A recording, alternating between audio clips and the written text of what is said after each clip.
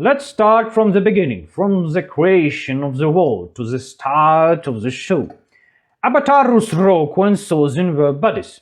They were close up from the young, but then things went south over ideological differences. Sozin wanted to unite the world into one big country with good intentions, sure, even if it meant war. Rokku straight up rejected that kinda short-minded, honestly, because Sozin took it personally. Rokku couldn't be more diplomatic. Had a real head-to-head talk with his friend, tried to convince him that this idea is bad and it could be a better idea to unite the people. The cultures are just too different to merge overnight. There are other ways to build a new world without borders. But no, Rokku went full brick wall. You can kinda understand Sozin's frustration. I mean, avatars in this world are basically peace-loving pussy fanboys. Even Kyoshi let some warlord conquest half of China before they finally dealt with him. And that was only after he demanded she kneel before him. And even then, they sort of killed him by accident. So yeah, she avoided conflict to the bitter end. And Rokku, he just flat out refused the idea. So no wonder Sozin didn't help Rokku when it matters. Rokku didn't trust his friend like human being. And still Sozin came to help him when he was in the danger. But in the end, that old grudge flared up. So many years passed and neither of them made a move to reconcile. The result? Sozin just left Rokku to die. In his eyes, the greater good, the state, mattered more. Then Sozin decided to commit genocide against the nomad, basically the world's version of wandering monks, to wipe out the next avatar incarnation. Because avatars are supposed to preserve world peace, right? That's what the four nations' spiritual leaders agreed on, but Sozin didn't like that setup, and he basically turned his whole country church into a state-controlled puppet. Meanwhile, Aang is out playing with the kids carefree. That he suddenly gets called up, told he needs to fast-track his way into manhood, because big trouble brewing. Debt collectors from the central bank are coming to squeeze the temple folks dry, and it reeks of serious trouble. They would send the 19th mafia boys to handle things, which basically means mass extermination.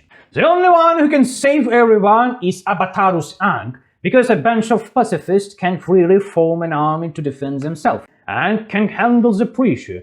War doesn't fit his worldview at all. He's a peaceful nomad, not raised by Viking style, not designed for Valhalla. He imagined his life going in totally different direction. So, panicking Aang runs away from his temple, gets caught in the storm, and ends up cryogenically freezing himself in the avatar state for a whole century. What happened next is pretty obvious. A 100 years war, the entries to China analog continent gets invaded by the Japanese analog in Fire Nation people. Beijing, Ba Sing Se, gets besieged. They are about to break through the wall, then during the assault, the son of the General Iroh dies. This hits Iroh hard. He steps down from the command, mentally wrecked and unfit for war. Then Azai tells Fire Lord Azulon to disarm Iroh and name him Azai as heir. Iroh apparently is just a sweetheart, like say Fire Lord Azai, future Fire Lord Azai. Azulon's furious that he raised such a brat instead of voluntarily to take his brother's place in grief. Azai wanted to kill him off and snatch the throne. Shitty stuff. Azai is basically a full-on psychotic warlord, and that's made pretty clear over the series.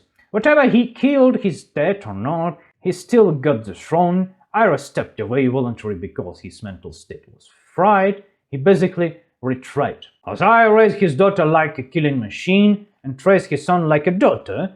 constantly putting him down by hyping up the girl. Classic behavior in a militaristic Japanese codec society. Basically, the guy's first wave radical feminism in warlord form. He keeps pushing the war at breakneck speed, throwing mint into the grinder without caring about the long-term consequences.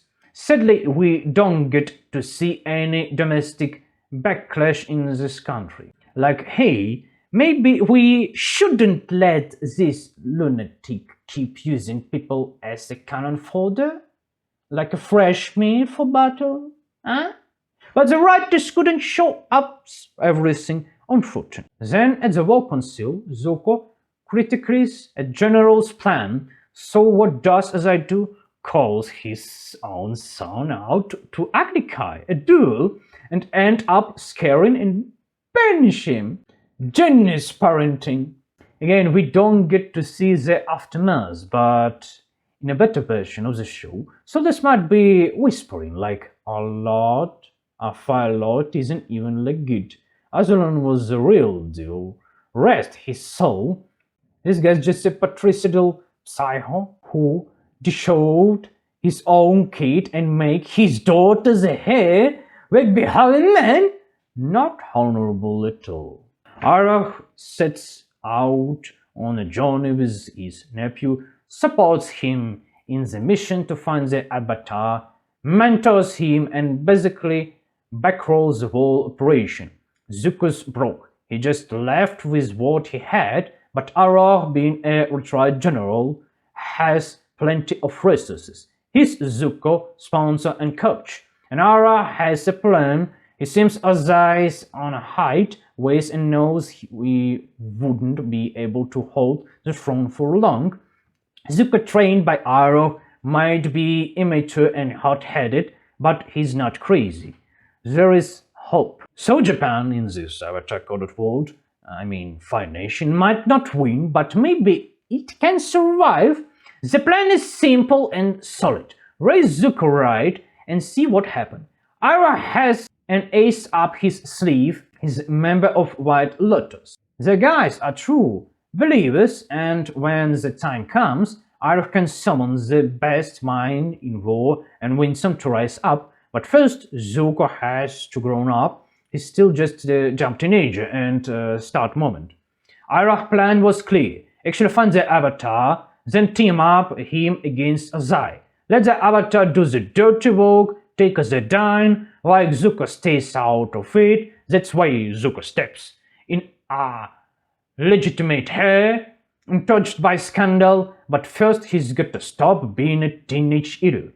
Zuko travels a long time and will years searching for the Avatar, no luck. But then, bam, he finds him start a line. But turns out the Avatar isn't come-wise, battle-hardened elder. He's just a kid, so he even matched. Zuko captures the Avatar, but Aang escapes soon after. And by the way, notice how Arach doesn't exactly hustle to help his new pick catch the Avatar. He guided him, sure, but keep it in hands off. He's playing the long game. So Avatar gets cuffed. Avatar escapes. Zuko goes off to get repairs, and Commander Zhao finds out the Avatar's alive, which means jackpot. Perfect chance to boost his career, whatever by capturing Aang alive or just wiping him out.